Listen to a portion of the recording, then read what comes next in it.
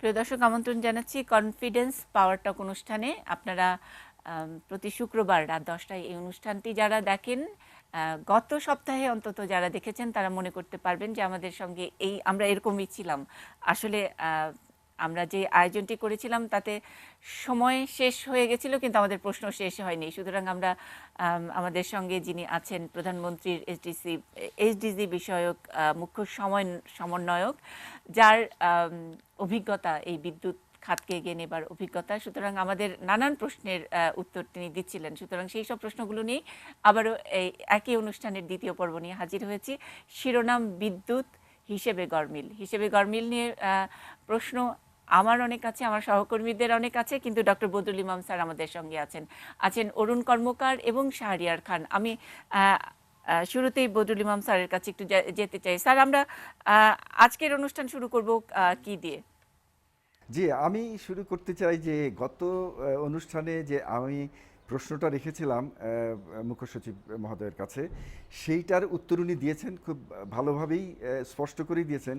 কিন্তু তার প্রসঙ্গে আমি এই প্রশ্নের উপরে আবার একটা প্রশ্ন থেকে যায় যে উনি যেটা বলছেন যে হ্যাঁ, বর্তমান সরকার সাগরবক্ষে গ্যাস অনুসন্ধানের প্রক্রিয়া চালাচ্ছেন, সেটা আমরা বুঝতে পেরেছি। কিন্তু আমার প্রশ্ন হচ্ছে যে এই এত ধীর গতি কেন? আমি যদি কম্পেয়ার করি মায়ানমারের সাথে, আমি যে কথাটা বলেছিলাম যে 2012 সনের পরে মায়ানমার কিন্তু ইতিমধ্যে 3-4টা গ্যাস ক্ষেত্র আবিষ্কার করেছে, তারা মানে ঝাঁপিয়ে পড়েছে গ্যাস আবিষ্কারের জন্য। সেইটার সাথে তুলনা করলে আমাদের ঝাঁপিয়ে পড়ার দরকার আরও বেশি। কারণ আমাদের যে জ্বালানির যে সংকটটা এখন বাংলাদেশ, এটাই বাংলাদেশ অর্থনীতিতে সবচেয়ে বড় বাধা হিসাবে আমি মনে করি। একটা বিরাট বড় গ্যাস ক্ষেত্র আবিষ্কার মানে এর বিরাট সমস্যার সমাধান হয়। কিন্তু আপনি মুখ্য সচিব মহোদয় যে জরিপের কথা বললেন, এটা অ্যাকচুয়ালি উনি যেটা মিন করছেন সেটা হচ্ছে মাল্টিক্লায়েন্ট সার্ভে। এটা কিন্তু 1 বছর মধ্যে একটা টেন্ডারের মধ্যে হয়ে যাওয়া উচিত ছিল। কিন্তু উনি যেটা বললেন যে বারবার টেন্ডার করা হচ্ছে কেন? এটা কি একটা ব্যুরোক্রেটিক ট্যাঙ্গল না? মানে যেটাকে বলে আমলাতান্ত্রিক জটিলতা না? এটার কি দরকার ছিল? আমরা কি আরও দ্রুত গতিতে ওয়ার ফুটিংয়ে এই জিনিসটা করতে পারি না? আমার মনে হয় যদি সরকার যথেষ্ট উদ্যোগ নেন, এ ধরনের আমলাতান্ত্রিক জটিলতাকে কাটিয়ে ওঠা সম্ভব। এবং এটা দ্রুততার সাথে আমাদের সাগরবক্ষে গ্যাস অনুসন্ধানে প্রবৃত্ত হওয়া দরকার। এটা ছিল আমার একটা প্রসঙ্গ। আর দ্বিতীয় একটা প্রশ্ন আমি করতে চাই, সেটা কি এখন করব? স্যার, এই প্রশ্নের উত্তরের পরে আবার আপনার পরের প্রশ্নটা নিব, ওনার জি। প্রশ্নের জনাব উত্তর। বদরুল ইমাম যেটা বলেছেন, আমলাতান্ত্রিক জটিলতা, ধীর গতি। জি। আম, আমলাটা শব্দটি যে অর্থে আপনি নেন, আমরা তো আমলা বলতে গর্ববোধ করি। আর জটিলতা কিন্তু দিন দিন কমছে, এটি আমি স্পষ্ট করে বলতে পারি। আপনি জানবেন যে আমরা প্রতি বছরের শুরুতে একটি চুক্তি স্বাক্ষর করে প্রত্যেকটি মন্ত্রণালয় মন্ত্রিপরিষদ সচিবের সাথে, যেটা আমরা বলি অ্যানুয়াল পারফরমেন্স এগ্রিমেন্ট। এখানে প্রত্যেকে তার কর্মলক্ষ্য নির্ধারণ করে এবং কর্মলক্ষ্য অনুযায়ী রিসোর্স তাকে দেওয়া হয়। বাস্তবায়ন করতে না পারলে তার জবাবদিহিতা আছে। এবং এটি শুধুমাত্র মন্ত্রণালয় পর্যায়ে না, এটা বিভাগীয় পর্যায়ে, জেলা পর্যায়ে এবং পর্যায়ক্রমে হয়তো আগামী বছর নাগাদ আমরা ব্যক্তি পর্যায়ে যেতে পারবো। এটা একটা দিক। জনাব বদরুল ইমাম এই কথাটি সত্য, আমি স্বীকার করেছি যে দৃশ্যমান কার্যকরী পদক্ষেপ এখনো হয়নি, কিন্তু চেষ্টার কিন্তু কোনো কমতি নেই। এটি ধরেন যে স্বচ্ছতা নিশ্চিত করতে হয়, তারপরে যথাযোগ্য কম্পিটিশন নিশ্চিত করতে হয়, এই সবগুলো মিলিয়েই কিন্তু কাজটা এগোতে হয়। অনেক সময় অনেক কাজ হয়তো দ্রুত গতিতে করে প্রশ্ন অনেকগুলো মানুষের মনে তৈরি করা সম্ভব, কিন্তু সেটি না করে আমরা বিদ্যুতেও কাজকর্ম করেছি, জ্বালানিতেও কাজকর্ম করছি, কিন্তু বড় রকমের প্রশ্নের উদ্রেক না করে কিন্তু বিগত 8 বছর কাজকর্ম করা হয়েছে। কাজে এই জিনিসটির দিকে একটু খেয়াল রাখবেন। সরকারি কর্মচারী এবং পলিটিক্যাল লিডার্স উভয় মিলেই কিন্তু এই কাজটি, সকলেরই চেষ্টা থাকে যে এই কাজটি না করার জন্য না, কিন্তু সোফার হয়নি। আমাদের চেষ্টা কিন্তু অব্যাহত আছে, আমরা কমিটেড এবং আমি বিশ্বাস করি যে খুব শীঘ্রই আমরা এখানে সফল হব। জি। স্যার, আপনার আরও অনেক প্রশ্ন আছে, কিন্তু একটু বিদ্যুৎ রিলেটেড কিছু প্রশ্ন আরও আমার সহকর্মীরা আছেন, যারা সাংবাদিকরা আছেন, তাদের অসমাপ্ত প্রশ্নের সেই প্রশ্নগুলো আবার নিয়ে নিতে চাচ্ছি। স্যার, এসডিজি নিয়ে আমরা কথা বলবো আবুল কালাম আজাদের সঙ্গে। কিন্তু আমরা বিরতির পরে, তার আগে অরুণ কর্মকার তার আরইবি সংক্রান্ত আরেকটি সাপ্লিমেন্টারি প্রশ্ন ছিল। গত সপ্তাহে তিনি যে প্রশ্নটি করেছিলেন যে সংযোগ পাচ্ছে কিন্তু বিদ্যুৎ পাচ্ছে না, কিন্তু আরইবির সংযোগ পেতে গেলেও যে সমস্যার মধ্যে পড়ছে সাধারণ ভোক্তারা, সেটা নিয়ে অরুণ কর্মকারের একটা প্রশ্ন আছে। অরুণদা, আরইবির কানেকশন দিল বা কানেকশন দিতে যে এলাকায় যায় ওই এলাকায় প্রচুর চাঁদাবাজি হয়। আরইবিকে কোনো পয়সা দিতে হয় না, এটা সরকারই দিচ্ছে মানুষকে বিদ্যুৎ সংযোগ, কিন্তু প্রত্যেকটা জায়গা থেকে অভিযোগ আসে যে এলাকার প্রভাবশালী কিছু লোকজন এরা চাঁদা চায়, যে এই আরইবি সংযোগ দিতে আসছে, এখন এই জন্য কিছু এই কন্ট্রাক্টরকে কিছু দিতে হবে, এই ইঞ্জিনিয়ারকে কিছু দিতে হবে। ইভেন এরকমও দেখা গেছে যে সংযোগ হয়ে গেছে, চাঁদা না দেওয়ার কারণে ওই সংযোগ চালু হয় না। তো এইটা একটা বড় জায়গা, এটা কিন্তু সারা দেশে হচ্ছে। সারা দেশের কথা বললেন অরুণ কর্মকার, সুনির্দিষ্ট জায়গা থেকে স্যার নিশ্চয়ই মানে আমাদের গোটা বাংলাদেশের রিপোর্টাররা যারা আছে তাদের থেকেও হয়তো আমরা একটা তথ্য উপাত্ত নিতে পারি, এবং মানে আপনাদের অ্যাটিটিউডটাকে আমরা স্যার শ্রদ্ধা জানাই। যেমন করে মানে একটু চ্যালেঞ্জ নিয়ে বললেন, সুতরাং অনেকেই যারা দেখবেন অনেকে ভয় পাবেন। একটা বিষয় খেয়াল করেন, সেটা হচ্ছে যে অরুণ কর্মকার কিন্তু ভালো কথা বলেছে যে বিদ্যুতের সংযোগ দিতে যায়। একটা জিনিস খেয়াল করবেন, আমাকে আরইবির চেয়ারম্যান এমনটা বলেছে যে এলাকার লোকজন কিছু দরখাস্ত থাকে, দরখাস্ত অ্যাপ্রুভ হয়েছে হয় নাই, গাড়িতে মালামাল তুলে নিয়ে চলে যায় বলে টাকা জমা দেন নাই, যান টাকা জমা দিয়ে আসেন, আমি কানেকশন রেডি করছি। এরকম করে কিন্তু কানেকশনটা দেওয়া হচ্ছে। এখন এরপরেও যদি কেউ চাঁদাবাজি করতে যায়, এটা খুবই দুঃখজনক। আমি অনুরোধ করব, এমন চাঁদাবাজি যদি কেউ করতে যায় তাহলে তাকে আইনের হাতে সোপর্দ করার ব্যবস্থা করেন। যদি আরইবির কোনো কর্মচারী হয়, যদি শনাক্ত করা যায়, তাহলে অবশ্যই সে আরইবির কর্মচারীর কোনো যোগ সাজস যদি থাকে তাহলে তার বিরুদ্ধে ব্যবস্থা নেওয়া হবে। আর যদি এটি আরইবির কর্মচারী না, তার বাইরেও যদি কিছু লোকজন করে, তাহলে সরকার নিশ্চয়ই অন্ধ হয়ে বসে থাকবে না। এই বিচারটি যদি যথাযোগ্য জায়গায় যায়, আমি মনে করি কার্যকরী পদক্ষেপ নেওয়া হবে। আমার প্রশ্ন হলো যে ধরেন সাংবাদিকরা আপনাদেরকে জানায় অথবা খবরের কাগজে এই ধরনের রিপোর্ট যখন নাকি ওঠে তখন আপনারা জানতে পারেন, এর বাইরে আসলে জানানোর বা জানার মানে স্কোপটা কোথায় আপনাদের? সেটা হচ্ছে প্রত্যেক জেলাতে কিন্তু একটা সোশ্যাল মিডিয়া একটা প্ল্যাটফর্ম আছে, প্রত্যেক জেলাতে জেলা প্রশাসকের একটা ফেসবুক আছে। আমি এরকম দেখেছি, অরুণ যেরকম সমস্যার কথা বলেন, এরকম এক জেলাতে গিয়ে এক লোক তার বিদ্যুৎ সংযোগ হবে কিন্তু বিলম্ব হচ্ছে, তো সে গিয়ে তখন আমাদের অফিসে বলেছে যে আপনার এখানে তো পিলার যাচ্ছে না। তো আমাদের কর্মকর্তা তারা বলেছে যে একটু সময় লাগবে। তখন বলছে যে আমার যদি অমুক দিনের মধ্যে না হয় আমি কিন্তু ফেসবুকে দিয়ে দেবো। এটা দ্রুত কাজকর্ম হয়ে গেছে। তো এই যে সামাজিক মিডিয়াটা, ফেসবুকটা, এটা যদি ব্যবহার করে, এখানে যদি সমস্যাগুলো দেয়, আমি বিশ্বাস করি যে কি বলে সংশ্লিষ্ট কর্মকর্তারা সমাধান করবেন। একদম যে সমস্যা নাই, অরুণকে যদি আমি চ্যালেঞ্জ দিয়েছি, একদম যে সমস্যা নাই তা না। মানে আমি আরইবির মধ্যে আরইবি নিয়ে কথা বলছি, কিন্তু আরইবির গ্রাহক আসলে কারা? আরইবির গ্রাহক একটা ধরেন ছোট একটা অটো রিকশা চালায় বা তার লেভেলটা, তিনি হয়তো একটা ফোন ব্যবহার করেন, শখের বশত একটা স্মার্টফোন ব্যবহার করেন, কিন্তু ফেসবুক এবং জেলা প্রশাসকের যে একটা অভিযোগের একটা পেজ আছে, এতটা তো স্যার জানার কথাও নয়। এবং ওনারা জানেন না বলেই তো ওনাদের কাছ থেকে যে কোনো সময় ভুলিয়ে ভালিয়ে তাদেরকে ঠকানো যায়। মানে আমরা তো ওনাদের লেভেলটা তো সেটাই। আপনাদের সহযোগিতা চাইবো, সকলে মিলে যদি আমরা মিডিয়াতেও বলতে পারি যে বিদ্যুৎ সংযোগের জন্য এই কি বলে যে পরিমাণ সরকারি ফিজ, এর বাইরে কেউ টাকা দেবেন না। কারণ বিদ্যুৎ হেঁটে আপনার ঘরে যাবে, বিকজ সরকার কিন্তু কমিটেড, আরইবি কমিটেড 2018-র মধ্যে প্রত্যেকের ঘরে বিদ্যুৎ দেবে। আপনাদের এই যে আজকে আলোচনা থেকে আমিও বিদ্যুৎ বিভাগের সঙ্গে পরামর্শ করব যাতে তারাও যেন এটা প্রচার আরও বেশি করে যে কেউ অবৈধ পয়সা কাউকে দেবেন না, বিদ্যুৎ আপনার ঘরে এমনিই পৌঁছে যাবে। তাহলে একটা সুবিধা হবে। অরুণ কর্মকার অথবা শাহরিয়ার প্রত্যেকেই যদি আপনাদের মিডিয়াগুলোতে লিখেন ভালো করে, তাহলে পরে আমি মনে করি এটা সাধারণ মানুষের জন্য খুব উপকারে আসবে।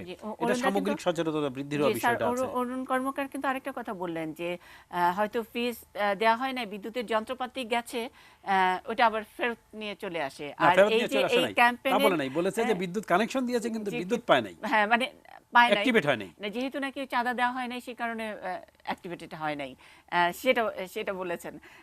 আর এই ধরনের ক্যাম্পেইনগুলো তো চলছেই স্যার, টেলিভিশনে বলা হচ্ছে, পত্রিকায় বলা হচ্ছে, কিন্তু যারা এই চাঁদাবাজিটা করে তারা তো আরো অনেক বেশি স্মার্ট। হতে পারে এটা। তো সেই জায়গায় মানে আমাদের আর কোনো বিশেষ কোনো এখন উদ্যোগের কথা। এটা আমি মনে করি যে সকলে মিলে চেষ্টা করতে হবে। এটা সামাজিকভাবে, এটা এলাকাগতভাবে, মিডিয়া, সকলে মিলে এই চেষ্টাটি করতে হবে। যেমন ধরুন যে আমাদের দেশে বিভিন্ন সরকারি দপ্তরে গিয়ে কাজকর্ম করতে মানুষের অর্থ ব্যয় হয়। এইটি কোনো জায়গায় কম হয়, কোনো জায়গায় বেশি হয়, কোনো জায়গায় হয় না। কিন্তু কোনো কোনো সময় আমরা বলি নীরব চাঁদাবাজি, কিন্তু এটাতে সকলকে সচেতন হওয়ার প্রশ্ন কিন্তু আছে। আমি যেমন কথায় বলি যে ঘুষ যে দেয় ঘুষ যে নেয় উভয়ই সমান, কিন্তু হ্যাঁ আমি সরকারি কর্মচারী হিসেবে দায় ভাগ বেশি নিতে চাই। এটা আমাদেরও দায়িত্ব, জ্যেষ্ঠ কর্মচারী হিসেবে আমারও দায়িত্ব, যাতে করে নিচের দিকের লোকজন এই করাপ্ট প্র্যাকটিসটি করতে না পারে। এবং যে লোকটি না জানার কারণে ঘুষ দিচ্ছে তাকেও সচেতন করার দায়িত্ব আমার বলে আমি মনে করি।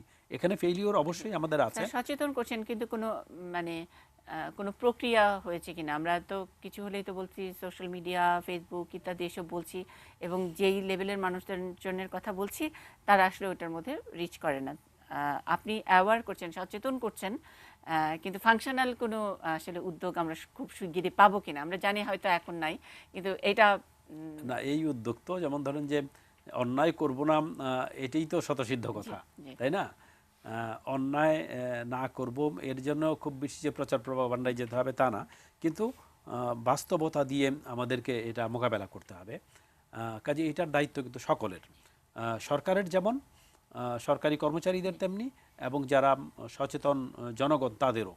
এটি যদি এলাকাগতভাবে যদি প্রচার প্রপাগান্ডা করা যায়, সচেতনতা বৃদ্ধি করা যায়, আমি মনে করি যদি এই যে রেডিও টেলিভিশনে অনুষ্ঠান আজকেও যে আলোচনা হচ্ছে যে বিদ্যুৎ সংযোগের জন্য অতিরিক্ত কোনো টাকা দিতে হয় না, এটি যারা শুনবেন তারা তো কেউ টাকা চ্যালেঞ্জ চাইলে করবেন। সেখানে চ্যালেঞ্জ করবেন, প্রতিবাদ করবেন। এমনি করে আপনারাও যদি মিডিয়াতে আলাপ আলোচনা করেন। আমাদেরও জানাতে পারেন দর্শকদের উদ্দেশ্যে যারা দেখছেন আজকে, মানে প্রত্যন্ত এলাকায় আমাদের এই চ্যানেলটি দেখা যায় এবং অনেকে আসলে আগ্রহ নিয়ে দেখেন। আমরা আজকে এই অনুষ্ঠান থেকে বলতে চাই, অন্তত বিদ্যুতের সংযোগের ব্যাপারে যদি কোনো চাঁদাবাজির শিকার হন বা কেউ হয়তো যদি আপনাদের কাছ থেকে দাবি করে, নিশ্চয়ই আমাদের এই টেলিভিশনের স্ক্রলের নিচে যে নাম্বারটি আছে, ফোন নাম্বারটি আছে, জানাবেন। আমার সহকর্মীরা টুকে রাখবে এবং আমাদের সঙ্গে আজাদ স্যারের যোগাযোগ এবং বিদ্যুৎ মন্ত্রণালয়ের সঙ্গে যোগাযোগ, নিশ্চয়ই আমরা ওই দায়িত্বটুকু পালন করব। মাঝখানে মিডিয়া মানে আসলেই মিডিয়ামের দায়িত্বটা পালন করব। স্যার, আপনি এর আগে বদরুল ইমাম স্যারের প্রশ্নের জবাবে আমি তার একটু ছোট্ট করে রেখেছিলাম, শ্যাভরনের চলে যাওয়া নিয়ে আপনি বলেছিলেন একটু। আমি সেখানে একটু টাচ করেছি জি। যে পত্রপত্রিকায় তারা বিজ্ঞপ্তি দিয়েছেন যে বাংলাদেশে তাদের যে ইন্টারেস্ট আছে, এটা জানেন যে আমরা এই গ্যাস ক্ষেত্রের মালিক বাংলাদেশ, এটি অপারেট করছে শেভরন। তো তাদের যে ইন্টারেস্টটুকু আছে তারা এটা বিক্রি করতে চান। আইনটা হচ্ছে বিক্রি করতে হলে আগে সরকারকে প্রথম অফার দিতে হবে। তো সরকার কিন্তু রেসপন্স করেছে যে আমরা এটা কিনতে চাই, এবং সরকার ইতিমধ্যেই একটা বিখ্যাত কোম্পানিকে দায়িত্ব দিয়েছে এটার মূল্যায়ন করার জন্য, যে কি পরিমাণ গ্যাস আছে, এটার মূল্য কত হতে পারে। এটি এখনো প্রসেসে আছে, এইটুকুই আমাদের জানা। পত্রপত্রিকায় দেখেছি কোম্পানি যারা এটা মানে শেভরনের কাছ থেকে নিয়ে নিল বলে আমরা পত্রিকা পড়েছি, সেখানেও এক ধরনের থট আছে, মানে যে আমাদের যে এনার্জি ফুটপ্রিন্ট আছে সেখানে একটু চীন আমাদের তাদের অবস্থানটা রাখতে চাই, সেটারও একটা অংশ, সেটা আপনি। এটা আমাদের প্রথম চিন্তা হচ্ছে আমরা নিজেরা কিনতে চাই, আমরা নিজেরা কিনতে চাই। যদি আমরা আমাদের যে কিছু সুযোগ আছে, কিন্তু আমরা যে পড়লাম যে চীনা কোম্পানির কাছে শেভরন ইতোমধ্যে, আমরা এর মধ্যে শেভরনের সঙ্গে বসিনি, শেভরনের সঙ্গে বসিনি। জ্বালানি মন্ত্রণালয় থেকে তাদের কাছে নিশ্চয়ই জানতে চাওয়া হয়েছে ইন দি মিন টাইম, যে আমরা পত্রপত্রিকায় দেখেছি এমনটা, আসল ঘটনাটা কি, এই তথ্যটা জানা যাবে আরও হয়তো 2-4 দিন পরে মিডিয়াতে এটি হয়তো বলা সম্ভব হবে। এখন পর্যন্ত যতটুকু তথ্য আছে আমি এটুকুই জানা। তবে ধরেন যে গ্যাস আমাদের লাগবে, আমরা এলএনজি আনার চেষ্টা করছি। যতটুকু গ্যাস শেভরন এবং অন্যান্য ক্ষেত্র থেকে আসছে এটা সর্বোৎকৃষ্ট ব্যবহারের চেষ্টা হচ্ছে, এলএনজি দিয়ে আমরা হয়তো ফিউচারে চেষ্টা করব আমাদের যে চাহিদাটা সেটা পূরণ করার জন্য। জি। এটা স্যার এনার্জি এন্ড পাওয়ার পলিটিক্সের কোনো অংশ নয়, আমি মনে মানে করি না। শেভরন চলে যাওয়া এবং তারা চীনা কোম্পানির হাতে এটা দিয়ে দেওয়া, বা আমরা আসলে পরে জানলাম, পত্রপত্রিকায় পড়ে পরে জানলাম, সেটা আহ, আমার প্রশ্নটা এরকমই ছিল, মানে না, কোনো এটি আমি পার্সোনালি মনে করি যে এটা মানে বিশ্ব এনার্জি পলিটিক্সের কোনো পার্ট না। এটি লোকালি হয়তো কোনো চীনা কোম্পানি এটা কেনার আগ্রহ প্রকাশ করছে। আপনি জানেন বাংলাদেশে চীন অনেক ইনভেস্টমেন্ট করতে চাইছে, ভারত অনেক ইনভেস্টমেন্ট করতে চাইছে, জাপানও করতে চাইছে। মানে তার কারণটা হচ্ছে যে এখানে এনভায়রনমেন্টের উপযোগী পরিবেশ এখন বিদ্যমান, সেই কারণে হয়তো চীনা প্রতিষ্ঠান এখানে এগিয়ে আসছে। এখানে কোনো পলিটিক্স আছে বলে আমি বিশ্বাস করি না। বিদ্যুতের দাম নিয়ে কথা, সহকর্মী শাহরিয়ার খান নিশ্চয়ই বিদ্যুতের দাম নিয়ে প্রশ্ন করবেন। শাহরিয়ার খান। আমরা গত 7 বছর ধরে দেখছি বিদ্যুতের দাম নিয়মিত বেড়ে যাচ্ছে। এটার যুক্তি আছে, অবশ্যই আছে। যুক্তির একটা অন্যতম জিনিস হচ্ছে যে আমরা তেল ভিত্তিক বিদ্যুৎ অনেক উৎপাদন বাড়িয়ে দিয়েছি, আগে গ্যাস ভিত্তিক ছিল, তো খরচ বেড়ে গেছে, সরকার তো লস দিয়ে চিরজীবন চলবে না, সবই বুঝি। কিন্তু সরকার তো আসলে লাভজনক প্রতিষ্ঠান না, সরকার হচ্ছে জনগণের উপকার করবে, এই অর্থনীতির উপকার করবে, এই লক্ষ্য নিয়ে আসে সরকার। তো সরকারের যে প্রজেকশন অনুযায়ী আমরা জেনেছিলাম 5-6 বছর আগে যে বিদ্যুতের মূল্য যেভাবে করে বাড়বে 2015-16 সালের পর থেকে আস্তে আস্তে কমার কথা, কারণ বেশ কিছু বড় বড় পাওয়ার প্রজেক্ট আসবে, বিদ্যুতের উৎপাদন ব্যয় কমে যাবে। কিন্তু আমরা সেই কোনো লক্ষণ দেখছি না।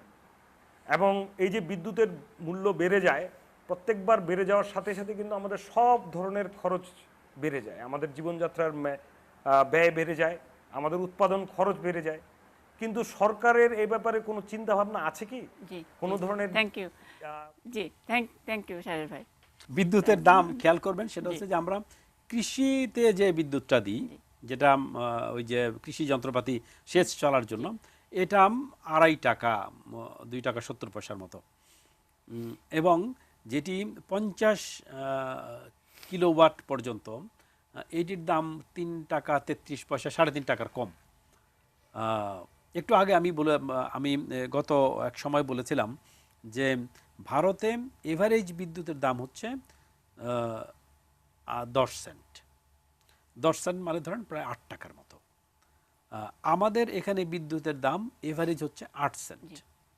এখন ধরেন যে ভারতে আমাদের চেয়ে আয় বেশি, কাজেই সেই হিসেবে আমাদের আয় কম, কাজেই এই টাকায় আমি মনে করি একটা অ্যাফোর্ডেবল প্রাইস। এখন অ্যাফোর্ডেবল প্রাইস ছাড়া আপনি কি করবেন? আপনি কি করবেন বলতে আমি এটা বোঝাচ্ছি যে আমরা তো বাস্তবতা হচ্ছে আমরা কয়লাতে পৌঁছাতে পারিনি, যথাসাধ্য চেষ্টা করছি, এটা মিডিয়া, দেশের জনগণ সবাই কিন্তু দেখছে। আমরা গ্যাসের প্রোডাকশন আর বাড়ানো যায়নি, এবং দেশের মানুষকে আমরা অন্ধকারে রাখিনি। দাম কম থাকতো, আরও কম থাকতো দাম, মানে যদি আমরা তেলের ভিত্তিক বিদ্যুৎ কেন্দ্রগুলো না নিয়ে আসতাম, তাহলে দাম কম থাকতো, মানে বিদ্যুৎ আপনি পেতেন না। এখন বিদ্যুৎ না পাওয়ার মূল্য কত? একটা স্টাডি হয়েছিল গত বছর, নো ইলেকট্রিসিটি হচ্ছে $2। 1 ইউনিট ইলেকট্রিসিটি না পাওয়ার মূল্য হচ্ছে $2। $2 মানে ধরেন যে প্রায় 150 টাকা, 75 টাকা করে ধরলো, 150 টাকা, 160 টাকা। না পাওয়ার মূল্য 160 টাকা, সেখানে আপনি 6 টাকা 10 টাকা যদি আপনি ব্যয় করেন, সমস্যা নাই। কাজে এটা অ্যাফোর্ডেবল। এটা আমাদের দেশে আপনি যেটি টেবিল টকে হয়তো আমরা এই কথাটি বলছি, গ্রামের একটি লোকও কি বলছে যে আমি বিদ্যুতের মূল্যের কারণে বিদ্যুতের সংযোগ নিতে চাই না? তা তো না। কিন্তু সরকারকে প্রতি মুহূর্তেই সচেতন আছে যে আমি কি অ্যাফোর্ডেবল প্রাইস যদি বিদ্যুৎ না দেই, আমি অনেক দামে বিদ্যুৎ দিলাম, হাউস হোল্ডে ব্যবহার হলো, ইন্ডাস্ট্রিতে কী হবে? কারণ ইন্ডাস্ট্রি যদি কম্পিটিটিভ প্রাইসে প্রোডাকশন করতে না পারে, তারপর তো সে তো মার খেয়ে যাবে। অন্য দেশে তাহলে কম দামে প্রোডাকশন হবে, ওই দেশ থেকে ইম্পোর্ট হয়ে যাবে, অথবা আমার যদি এক্সপোর্ট করার থাকে আমার এক্সপোর্ট কমোডিটি বিক্রি হবে না। কাজে সব দিকে খেয়াল রেখেই কিন্তু সরকারকে এগোতে হয়, শুধুমাত্র হাউস হোল্ড না, ইন্ডাস্ট্রির দিকেও। কাজে আমরা এখন পর্যন্ত অ্যাফোর্ডেবল প্রাইসে বিদ্যুৎ দিতে পারছি।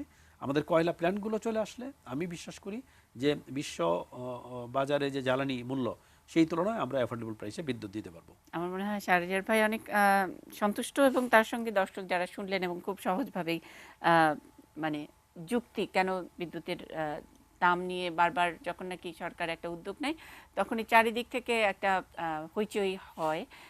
সেটার যৌক্তিকতাটা আসলে যেই চেয়ারটিতে বসে আছেন আবুল কালাম আজাদ, আমাদের প্রধানমন্ত্রীর মুখ্য সমন্বয়ক এসডিজি বিষয়ক, তার বিষয়টি নিয়ে আমরা শুনবো বিরতির পরে। আমরা আগে বলেছি ডক্টর বদরুল ইমাম আছেন আমাদের সঙ্গে, এই বিষয় নিয়ে প্রশ্ন করবেন। একটা ছোট্ট বিরতিতে যাচ্ছি।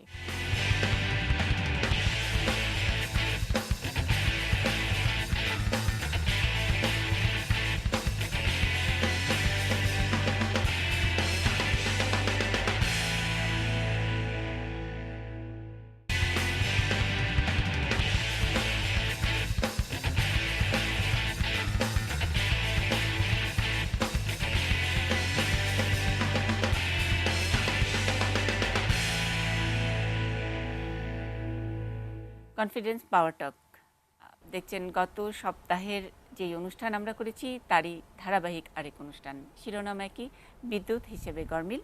সঙ্গে আছেন প্রধানমন্ত্রীর এসডিজি বিষয়ক মুখ্য সমন্বয়ক মোহাম্মদ আবুল কালাম আজাদ। আমাদের সঙ্গে ডক্টর বদরুল ইমাম আছেন কানেক্টিভিটিতে, তিনি ঢাকা বিশ্ববিদ্যালয়ের ভূতত্ত্ব বিভাগের অধ্যাপক। অরুণ কর্মকার প্রথম আলোর সাংবাদিক, তিনি এই বিষয় নিয়ে কাজ করেন, এনার্জি বিট অর্থাৎ এই বিদ্যুৎ এবং এনার্জি নিয়ে তিনি কাজ করেন। এবং আমরা ডেইলি স্টারের সাংবাদিক শাহরিয়ার খানকেও পেয়েছি আজকের এই আয়োজনেও। বিরতিতে যাবার আগে স্যার দাম, তারপরে সমুদ্র ইত্যাদি নানান কিছু নিয়ে কথা শুনেছি। এসডিজি নিয়ে প্রশ্ন করবেন ডক্টর বদরুল ইমাম বলেছেন। স্যার আমরা কি এখন আমরা এই প্রশ্নটা নিতে পারি? জি ধন্যবাদ। বদরুল ইমাম। জি ধন্যবাদ। আমার প্রশ্নটা এসডিজি সম্পর্কিত। এসডিজি বলতে যেটা আমরা বুঝে থাকি সাস্টেইনেবল ডেভেলপমেন্ট গোল। এখন যে কোনো প্রকল্প তার মানে এমনভাবে করতে হবে যেটা সাস্টেনেবল, যেটা চলমান থাকে, যেটা ক্ষয়ক্ষতি হয় না, যেটা পরিবেশকে ক্ষতি করে না। আমি এই প্রশ্নটা কিছুটা বিনীত সহকারে করতে চাই, কারণ এই বিষয়টা বেশ বিতর্কিত। প্রশ্নটা হচ্ছে যে প্রশ্নটা করার আগে অ্যাকচুয়ালি আমি একটা ইতিবাচক দিক তুলে ধরতে চাই সরকারের, যেটা যে আমরা সবাই যারা উন্নয়নমুখী, যারা সরকারের উন্নয়ন কর্মকাণ্ডকে সমর্থন করে, তারা আমরা এটা স্বীকার করি যে বাংলাদেশ সরকার বর্তমানে বিদ্যুৎ উৎপাদনে যে বিশাল কর্মযজ্ঞ নিয়েছে, এটা ডেফিনেটলি একটা বড় উদ্যোগ, এবং এ ধরনের কর্মযজ্ঞ অতীতে কোনো সরকার নেয়নি। কেবলমাত্র মহেশখালীর আইল্যান্ডের কথাই যদি ধরি, মহেশখালী দ্বীপ, সেখানেই প্রায় 9,000 মেগাওয়াট বিদ্যুৎ উৎপাদনের ব্যবস্থা করা হচ্ছে। সেখানে 1300-1200 মেগাওয়াটের কয়লা ভিত্তিক বিরাট অন্তত 5টা কেন্দ্র স্থাপন করা হবে। সুতরাং এই 9-10 হাজার মেগাওয়াট কয়লা দিয়ে উৎপাদনের মধ্যে একটা ব্ল্যাক স্পটের সন্ধান পাওয়া যায়, সেটা হচ্ছে রামপাল। এবং আপনি জানেন যে রামপাল দীর্ঘদিন ধরে একটা আলোচনার বস্তু, একটা বিতর্কের বস্তু। এই বিতর্কটা কেবলমাত্র বাংলাদেশে সীমিত থাকেনি, এটা সারা বিশ্বে ছড়িয়ে পড়েছে। বর্তমান অবস্থাটা হচ্ছে দ্বিমুখী, একটা মুখোমুখি অবস্থান, যে দেশের বিজ্ঞানী, পরিবেশবিদ, বাইরের বিজ্ঞানী, একাধিক বিজ্ঞানী, নাম করা যারা এই সমস্ত ক্ষেত্রে বহু অভিজ্ঞ, বাইরের বহু নামকরা আপনার সংগঠন, ইউনেস্কো সহ, এরা ক্যাটাগরিক্যালি যেটা বলতে চাচ্ছে যে যদি রামপাল বিদ্যুৎ কেন্দ্র হয় তাহলে সুন্দরবনের ক্ষতি হবে। এবং এই বলার পেছনে যে বৈজ্ঞানিক সূত্রগুলো, সেগুলো কিন্তু পিন পয়েন্টেডলি একাধিক বিজ্ঞানী, সেখানে আপনার ইউনিভার্সিটি অফ ক্যালিফোর্নিয়ার বিজ্ঞানী রয়েছেন, অন্যান্য নামকরা প্রতিষ্ঠানের বিজ্ঞানী রয়েছেন। তো তাদের এই বক্তব্যগুলোর প্রেক্ষিতে সরকার যেটা করছেন আমরা দেখতে পাচ্ছি যে সরকার এটাকে একটা ব্লাইন্ড আই দিয়ে রেখে দিয়েছেন, যে আমি এটা শুনবো না, আমি এটা দেখবও না। তার এক কথা, তারা সব ভুল, এ ধরনের কথা সরকার বলতে চান। এবং বর্তমানে সেটাই বলছেন যে যেহেতু তারা ভুল, সুতরাং রামপাল হবেই। এবং শেষ কথা আমার যেটা, যে আমরা সর্বশেষ যেটা দেখতে পাই যে এই ধরনের মানে মতামতের প্রেক্ষিতে একজন মাননীয় মন্ত্রী মহোদয় বলেছেন যে বিদেশি বিজ্ঞানী হোক আর যেই হোক, এ ধরনের ভাড়া করা বিজ্ঞানীদের কথা এটা আমাদেরকে ব্যথিত করেছে। কারণ আমরা বিজ্ঞান মনস্ক এবং বিজ্ঞানের যে কোনো সূত্র আমরা খুব সিরিয়াসলি নেই। আমার প্রশ্ন হচ্ছে, যে আপনি কি মনে করেন এই কথাটা যৌক্তিক যে এই বিরাট সংখ্যক লোকজন যাদের কথা বললাম দেশের বাইরে এবং ভেতরে, তারা ভাড়া করা কথা বলছে? ভাড়া করা বিজ্ঞানী মানে আমি সেটা নিয়ে ভাড়া করার বিষয়ে যেতে চাই না। আপনি যেটা বলেছেন শুনবো না দেখবো না, সরকার শুনতে চায়, সরকার দেখতে চায়, বলতেও চায়। আমি এইটুকু বলবো, সেটা হচ্ছে যে এই বিদ্যুৎ কেন্দ্রের যে স্থানটা নির্বাচন হয়, আমি তখন বিদ্যুৎ সচিব ছিলাম এবং আমি রেসপন্সিবিলিটি নিয়ে আমি গত 2-3 মাস আগে পরিবেশ বাপার একটি অনুষ্ঠানে আমি আপনার এই প্রশ্নের জবাব দিয়েছিলাম এবং সেখানে আমি বলেছিলাম যে আসেন একটা ডায়লগে বসি। আপনি যেমন আজকে কথা বলছেন এরকম কথা সবাই বলে। এরকমই মুন্নি সাহার আজকের অনুষ্ঠানের মতো আরেকটি অনুষ্ঠানে আমাদের আরেকজন সহকর্মী এম আকাশ, তিনি বসছিলেন, তিনি এরকম 5-6টা প্রশ্ন করেছিলেন, সবগুলো প্রশ্নের জবাব দিয়েছি আমি। এবং তখনও কিন্তু মুন্নি সাহা জিজ্ঞেস করেছিলেন তাকে যে আপনি সবগুলো প্রশ্নের উত্তর পেলেন, এখন আপনার জবাব কি? মানে সন্তুষ্ট কিনা, মানে আরো তখন আকাশ ভাই তখন বলেছিলেন যে উনি যেগুলো বললেন যে বাস্তবায়ন করবেন তার গ্যারেন্টি কি। একই কথা আমি যখন বাপার অনুষ্ঠানে যখন বললাম যে আসেন একটা ডায়লগের আয়োজন করি, যারা এক্সপার্ট আছেন পরিবেশ নিয়ে কথা বলছেন এবং যারা মনে করছেন যে রামপালে বিদ্যুৎ কেন্দ্র হওয়া উচিত না, আর সরকারের তরফ থেকে আমরা যারা মনে করি যে এখানে বিদ্যুৎ কেন্দ্র হওয়া উচিত, আসুন ডায়লগে বসি, টেলিভিশনে সরাসরি সম্প্রচার হোক, লোকজন প্রশ্ন করুক। কিন্তু আজকে প্রায় 3 মাস পার হয়ে গেছে, এই অনুষ্ঠানের আয়োজন কিন্তু হয়নি। আমি শুনেছি আসলে আপনাদের তরফ থেকে না, এটা ওনারা আয়োজন করার কথা ছিল এবং আমি শুনেছি আমি চলে আসার পরে তারা বলেছেন না না সরকার আমাদের কথা শুনবে না, কি বলে সমস্ত বাদ দেন, এই অনুষ্ঠান ডায়লগ আয়োজনের দরকার নেই। আমি এখনও বলি, খুব খোলা মন নিয়ে বলি, আসেন পরামর্শে বসি, কথা বলি, কথা শুনি। এবং আমি এইটুকু বলতে চাই যে যদি ছাইয়ের কথা বলেন, কয়লার কথা বলেন, এখানে শব্দের কথা বলেন, কয়লা আনা নেওয়ার কথা বলেন, সাগরের নদীর পানির কথা বলেন, প্রত্যেকটি প্রশ্নের যথোপযুক্ত জবাব বলবো না, যথোপযুক্ত রিমেডি, যে ক্ষতি হবে না এই কথা একদম ব্লাইন্ডলি কেউ বলতে পারবে না, কিন্তু এর সবগুলোর মিটিগেশন এখানে অ্যাডপ্ট করা আছে, সবগুলোর মিটিগেশন অ্যাডপ্ট করা আছে। স্যারের ওই প্রশ্নের উত্তরটা নিশ্চয়ই আপনি দিবেন, ভাড়া করা কি ভাড়া করা না। এটা আমি শুধু এইটুকু বলবো যে তারা যথার্থ তথ্য উপাত্ত না নিয়ে কথা বলেছেন। তো ডক্টর বদরুল ইমামের প্রশ্নটা ছিল, এটা স্যার নিশ্চয়ই আছেন আমাদের সঙ্গে, যেটা হলো যে এই বিষয় নিয়ে যখন নাকি দেশ বিদেশের এক্সপার্টদের কথাও হাজির করা হয়েছে, তখন অনেক সময় আমাদের সরকারের তরফ থেকে বলা হয়েছে যে ভাড়া করা এক্সপার্ট, উনি তো বিজ্ঞানের বিচারে উনি বলেছেন, মানে ডক্টর বদরুল ইমাম যিনি জ্বালানি বিশেষজ্ঞ হিসেবে তিনি বলেছেন যে আপনারা কি আসলেই তাই মনে করেন কিনা যারা এক্সপার্ট তারা ভাড়া করা, যারা এই কথাগুলো বলেছেন তারা তথ্য উপাত্ত ছাড়া বলেছেন। আচ্ছা, তথ্য উপাত্ত ছাড়া, শুধুমাত্র সুন্দরবন হলেই সবকিছু ধ্বংস হয়ে যাবে। একটা ছোট্ট কথা আমি বদরুল ইমাম সাহেবকে বলি, সেটা হচ্ছে একদম সাব ক্রিটিক্যাল স্ট্যান্ডার্ডের একটি বিদ্যুৎ কেন্দ্র চলছে বড়পুকুরিয়াতে, একদম লোকালয়ের মাঝখানে। সেখানে কি মানুষ মরেছে? সেখানে কি পাখি মরেছে? সেখানে কি ফসলের ক্ষতি হয়েছে? হয়নি। এবং আপনি গিয়ে দেখেন, এটা কমনলি আমরা কিন্তু দেশে আমাদের খেতে ছাই আমরা ছড়িয়ে দিই আরও সারের জন্য। তো এটি যদি না হয়, আর ওখান থেকে আমাদের যে মানে ইকোলজিক্যাল এরিয়া যেটা, সেটাও ওখান থেকে 70 কিলোমিটার দূরে, সুন্দরবন ওখান থেকে 14 কিলোমিটার দূরে, তাহলে 14 কিলোমিটার দূরের গাছ নষ্ট হবে, বন নষ্ট হবে, 14 কিলোমিটারের মাঝখানে যে মানুষগুলো আছে তার ক্ষতি হবে না? এই কথা কি কেউ বলছি আমরা? একটা জিনিস বলতে চাই, সেটা হচ্ছে যে ধরুন এই সুন্দরবন আজকে যে আকারে আছে, 100-200 বছর আগে এই আকারে ছিল, আরও অনেক বড় ছিল। একদম উত্তরে ধরেন যে গোপালগঞ্জ পর্যন্ত, বাগেরহাট নামতো বাগেরহাট, এটাও সুন্দরবনের মধ্যে ছিল। ক্রমান্বয়ে সুন্দরবন ছোট হয়ে আসছে, লোক সংখ্যা বেড়েছে, সুন্দরবন ছোট হয়ে আসছে, দায়ভাগ চলে যাচ্ছে শুধু রামপালের উপরে, যে 200 বছর পরে রামপাল হবে, সেই কারণে গোপালগঞ্জ থেকে কি বলে সুন্দরবন এখন বাগেরহাটের আরও দক্ষিণে চলে গেছে।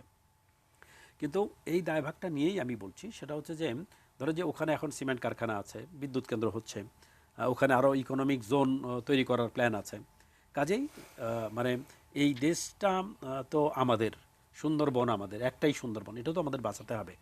কাজেই আমরা কিন্তু ওখানে সামগ্রিক এনভায়রনমেন্টাল পজিশনটা কি, এটা স্ট্র্যাটেজিক এনভায়রনমেন্টাল ইম্প্যাক্ট অ্যাসেসমেন্ট, এটি করার জন্য একটা উদ্যোগ নেওয়া হয়েছে, যাতে করে এখন আমাদের ওখানে বাতাসের কোয়ালিটি কি, সাউন্ডের কোয়ালিটি কি, পানির কোয়ালিটি কি, কোন মাত্রা পর্যন্ত এটা যাওয়া সম্ভব, এইটি দেখে আমরা একটা কম্প্রিহেন্সিভ স্টাডি করার চেষ্টা করছি, যাতে করে শুধুমাত্র মানে কথার কথা না বলা, তথ্য উপাত্ত দিয়ে যাতে কথা বলা যায় যে এই বাতাসে এই উপাদান নাইট্রোজেন, কার্বন ডাইঅক্সাইড এই পরিমাণ সর্বোচ্চ থাকা যেতে পারে, আমরা এই পর্যায়ে আছি, এই কথাগুলো যেন সুনির্দিষ্টভাবে বলতে পারি। স্যার, সেটা সেই জন্য তো- আমরা কম্প্রিহেন্সিভ একটা স্টাডি আমরা স্যার, সেটা শুরু তো করার গেল উদ্যোগ বিদ্যুৎ নিয়েছি। কেন্দ্রের জন্য, মানে আমার না না, শুধু concern-টা- বিদ্যুৎ কেন্দ্র না, ওই এলাকা, ওই এলাকা আপনার রামপাল, মংলা, এই পুরো এলাকাটা, যে এলাকাটা নিয়ে আমরা কথা বলছি, এই পুরো এলাকার এনভায়রনমেন্টাল স্ট্র্যাটেজিক কি বলে সিচুয়েশনটা আমরা স্টাডি করছি, করে নতুন করে ইন্ডাস্ট্রির অনুমতি দিবে কিনা গভর্নমেন্ট, কি কোয়ালিটি, কি ইতিমধ্যে যেগুলো ক্যাটাগরি। হয়ে গেছে সেটার এখন যেটা ইতিমধ্যে সেটা যেগুলো ধরেন হয়ে গেছে, আপনাদের স্ট্যান্ডার্ড কোয়ালিফাই করলো না, তাদের বিরুদ্ধে কি ব্যবস্থা নিতে পারবেন? নিঃসন্দেহে। এবং এটা বেসরকারি উদ্যোগ যেগুলো আছে, এটা- ধরেন অনেক বড় বড় কোম্পানি, বসুন্ধরা আছে ইত্যাদি, অনেক বড় বড় কোম্পানি আছে, সেগুলোকে কি এখানে একটা জিনিস ধরার? খেয়াল করবেন, সেটা হচ্ছে যে আইন তার নিজস্ব গতিতে চলবে। যে ইন্ডাস্ট্রিগুলো তৈরি হয়েছে, যদি কম্প্রিহেন্সিভ ইম্প্যাক্ট অ্যাসেসমেন্ট করে তারা যে পরিমাণ পলিউশন করছে মনে হয়, তাদেরকে বাধ্য করা হবে, তাদেরকে প্রথমে রিকোয়েস্ট করা হবে, তারা নিশ্চয়ই সেই স্ট্যান্ডার্ডে আসবেন, আর না হলে পরে তো আইন নিজস্ব গতিতে চলবে। এবং এইটুকু আমি বলতে চাই, সেটা হচ্ছে যে রামপালের কারণে, রামপাল বিদ্যুৎ কেন্দ্রের কারণে যাতে ওই এলাকার এনভায়রনমেন্টাল ক্ষতি, সুন্দরবনের ক্ষতি না হয়, এই বিষয়টি দেখার জন্য সরকার খুবই সচেষ্ট আছে। এবং আরেকটা বিষয়, সেটা হচ্ছে যে আমি যে কথাটা বলেছিলাম একটু আগে, যে সুন্দরবন তো আগে অনেক বড় ছিল, এখন ক্রমান্বয়ে ছোট হয়ে আসছে, আরও ছোট হয়ে যাবে হয়তোবা। কাজেই আমাদের এটা প্রটেক্ট করতেই হবে। এর জন্য একটা কম্প্রিহেন্সিভ প্রজেক্ট এটা বন বিভাগ নিচ্ছে, যাতে করে ওই এলাকার লোকজনের পেশা, এই যে সুন্দরবনের ভিতরে মানুষ গিয়ে আপনার মাছ ধরছে, গাছ কাটছে, মধু নিচ্ছে, সুন্দরবনের স্পেসিসগুলো নষ্ট হয়ে যাচ্ছে, যে কারণে সুন্দরবন নষ্ট হয়, তার মধ্যে বড় একটা ইন্টারভেনশন মানুষের ইন্টারভেনশন, এটা যাতে কমানো যায় তার চেষ্টা খুব কার্যকরভাবে নেওয়া হচ্ছে, বর্তমান সরকার নিচ্ছে।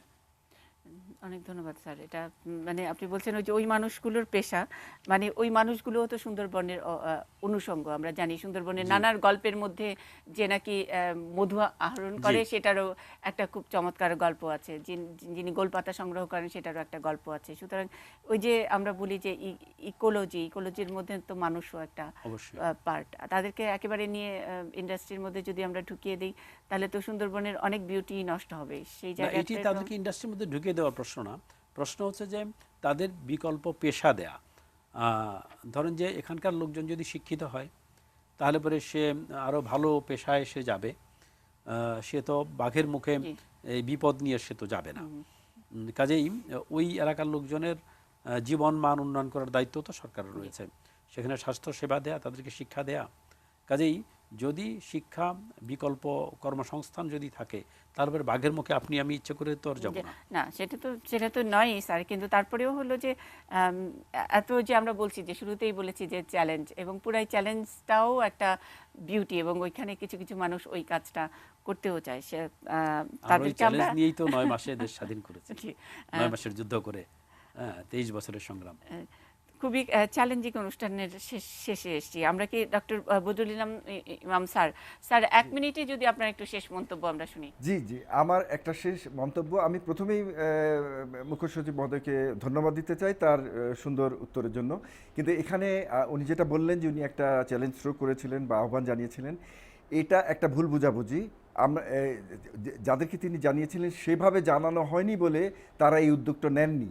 আমি ব্যক্তিগতভাবে অত্যন্ত আনন্দিত হব যদি আমি এই সুযোগ পাই যে ওনাদের মতো মানুষকে আমি যদি বোঝাতে পারি, কারণ আমরা সুনির্দিষ্টভাবে বৈজ্ঞানিক তত্ত্বের উপর ভিত্তি করে কথা বলেছি, এবং আমার মনে হয় এখানে একটা কমিউনিকেশন গ্যাপ আছে, যেই গ্যাপটা থাকা বাঞ্ছনীয় না। আরেকটা কারণ আমাদের নিরুৎসাহিত হওয়ার, যে কথা বলা বা এই মুহূর্তে আবার যোগাযোগ করা, সেটা হচ্ছে যে আমাদের বহু দিন ধরে কথা বলার কোনো ফল পায়নি বলে সরকার তো এখন শুরুই করে দিয়েছেন, কনস্ট্রাকশন শুরু হয়ে গেছে। তখন আমাদের মধ্যে বা যারা প্রতিবাদ করছেন তাদের মধ্যে একটা ধারণা যে সরকার তাদের কথা শুনতে রাজি নন, সুতরাং এটা একটা ব্যর্থ চেষ্টা, এটা একটা কারণ হতে পারে। ধন্যবাদ। আমি এটাই রেসপন্সে বলবো, সেটা হচ্ছে যে আমি যখন বিদ্যুৎ সচিব ছিলাম তখন থেকে ধরেন যে আনু মোহাম্মদ স্যার সহ সকলকে রিকোয়েস্ট করেছি, আসেন আমরা নানা জায়গায় বিদ্যুৎ কেন্দ্র আছে এগুলো দেখে আসি, সেখান থেকে শিখি, সেখানে কিভাবে কি পদ্ধতি অ্যাডপ্ট করেছে বনের কত কাছে, শহরের কত কাছে করেছে, দেখে ঠেকে আসে আমরা তথ্যপত্র নিয়ে কথাবার্তা বলি, আমরা কিন্তু আজ পর্যন্ত রেসপন্স পাইনি। আমি আজকেও আপনার মাধ্যমে ডক্টর বদরুল ইমাম সাহেবকে রিকোয়েস্ট করছি, আপনি দিন সাতেক সময় নেন, আপনি যদি তথ্যপত্রগুলো সহ আমার সঙ্গে যোগাযোগ করেন, তাহলে পরে আমি বিদ্যুৎ বিভাগের যে সমস্ত এক্সপার্ট আছে তাদের সঙ্গে আপনাকে বসিয়ে দেবো। Sir, let you sit together. মানে আমরা বলছি এখন আপনি দায়িত্ব নেন, সাস্টেনেবল ডেভেলপমেন্ট গোল যেটা আছে সামনে, সেটার বাস্তবায়নের জন্য আপনি সমন্বয়কের ভূমিকা পালন করছেন। সমন্বয়ক তো অনেক কিছু সমন্বয় করে। যে একটা হতাশা হয়েছে, আমাদের যারা বিশেষজ্ঞ তারাও এই দেশটাকে ভালোবেসেই সবসময় কখনো কখনো সরকারের প্রতি একটু ক্রিটিক্যাল হয়, তাদের হতাশা দূর করবার জন্য সমন্বয়টা আপনি করবেন কিনা? ওনারা ডাকেন নাই, কিন্তু এটা তো সরকারেরই দায়িত্ব যে ওনাদেরকে ডেকে ওনাদের সব কথা শুনে অন্তত আমি জাতির তো সামনে একটু আগেই পরিষ্কার বললাম করা। জি আপনাকে স্যার, যে যত এক্সপার্ট আছে সবাইকে কিন্তু দাওয়াত দিয়েছি, জি সবাইকে দাওয়াত দিয়েছি। এখন আমি আজকে বদরুল ইমাম সাহেবকেও দাওয়াত দিয়ে দিলাম, দেখা যাক উনি 7 দিনের মধ্যে উনি কি করেন। স্যার, এটা একটু অর্গানাইজ ভাবে হবে না, নাকি বিভিন্ন সময় বিভিন্ন টক শোতে একজন করে, এর আগে আকাশ স্যার আমি তো এমনটাই বলেছিলাম। মোহাম্মদ ছিলেন, সুলতানা কামাল ছিলেন, সকলকেই আপনারা আহ্বান জানান, কিন্তু একটা সরকারের তরফ থেকে ধরেন প্রধানমন্ত্রীর কার্যালয় থেকেই কেন একটা এই এক্সপার্টদেরকে না, নিয়ে আপনারা বসেন না মনীষা, কেন? আমি জি আপনাকে স্যার। বলি, সরকার আয়োজন করলে অনেকেই মনে করে বিশ্বাসযোগ্যতা কম। আমি সেই জন্য পরিবেশ আন্দোলনের অনুষ্ঠানে বলে এসেছিলাম, এবং সেখানে আমার বক্তৃতার পরপরই সরকারের সব আয়োজন বিশ্বাসযোগ্যতা নিয়ে আমার প্রশ্ন ওঠে না। বক্তৃতার সরকারের পরপরই সব আয়োজন বিশ্বাসযোগ্যতার একবারে চূড়ান্তের মধ্যে যায়। এটাই আপনাকে সরকারকে ধন্যবাদ। বিশ্বাস করে স্যার। আমি আপনাকে বলি, আমার বক্তৃতার পরপরই পরিবেশ আন্দোলনের একজন নেতৃস্থানীয় ব্যক্তি তিনি আমার এই আহ্বানটা গ্রহণ করলেন। তিনি বললেন খুব শীঘ্রই তিনি আয়োজন করবেন। কিন্তু আমি চলে আসার পরে নাকি ইউটার্ন হয়ে গেছে, আমি শুনেছি, আমি জানি না, এখন পর্যন্ত আমি ফল পাইনি। ইউটার্ন হয়ে গেছে, বলেছে না সরকার আমাদের কথাবার্তা শুনবে না, বাদ দাও কথাবার্তা এটা। তো এই যে মনে করেন যে সরকারি কর্মচারী হিসেবে একটা সৎ সাহস নিয়ে কিন্তু আমি এটা বলেছিলাম। আমি মানে লুকিয়ে থাকার জন্য না, মানে টু ফেস বলবো না, আমি বলবো যে এটাকে ভেরিফাই করা, আমরা ভুল করছি কিনা। ভুল করলে অবশ্যই, সরকার তো জনগণের সরকার। আমি এই কথা বলেছিলাম যে আমরা যারা সরকারি কর্মচারী, আমরা ব্রিটিশ বেনিয়ার কর্মচারী না, আমরা পাকিস্তানের শোষকের কর্মচারী না, আমরা গণতান্ত্রিক সরকারের কর্মচারী। কাজে আমরা সরকারকে কেন পরামর্শ দেব? সরকার তো এত বোকা না, সরকার তো পলিটিক্যাল গভর্নমেন্ট, তারা তো জনগণের ভোট পেয়ে তারা নির্বাচিত হয়ে আসেন। জনগণের বিরুদ্ধে যাবে, জনগণের ক্ষতি হবে এমন কোনো কাজ নিশ্চয়ই তারা করবেন না। তথ্যপত্র নিয়ে বসি এবং প্রতিনিয়ত এই কথা বলছি।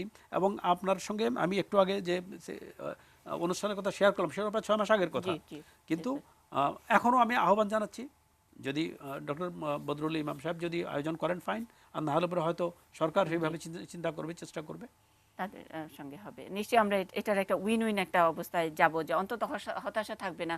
আমরা অনেক কিছু নিয়ে কথা বলবো, কিন্তু সেখানে যদি কখনো মনে হয় আমাদের কথা কে শুনে, তাহলে তো আমি তো মিডিয়াতে বলছি যে প্রতিনিয়ত আমরা কিন্তু এক্সপার্টদেরকে আহ্বান করছি, আসেন ডায়ালগে বসি, কিন্তু এক্সপার্টরা প্রতিনিয়তই কিন্তু ওই ভাষা কথাবার্তা বলে চলে যাওয়ার চেষ্টা করেন। আমি এটা স্পষ্ট করেই বললাম। আমরা এই সরকার যে ইনক্লুসিভনেসের কথা যেটা বলছে, সেটাতে আমরা আস্থা রাখতে চাই, বিশ্বাস করতে চাই। যত রকম, যত মত, যত পথ যাই থাকুক না কেন, সবারটা শুনে সবার একটা উইন উইন জায়গায় যাবে, এটুকু প্রত্যাশা আমরা রাখি।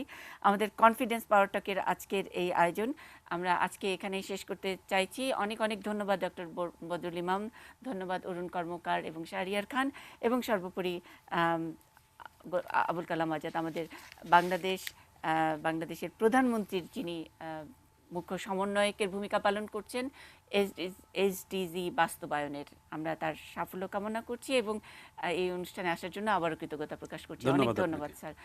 ধন্যবাদ দর্শক যারা ছিলেন আমাদের সঙ্গে। আগামী সপ্তাহে আবারও নতুন কোনো বিষয় নিয়ে দেখা হবে, থাকবেন সেই পর্যন্ত।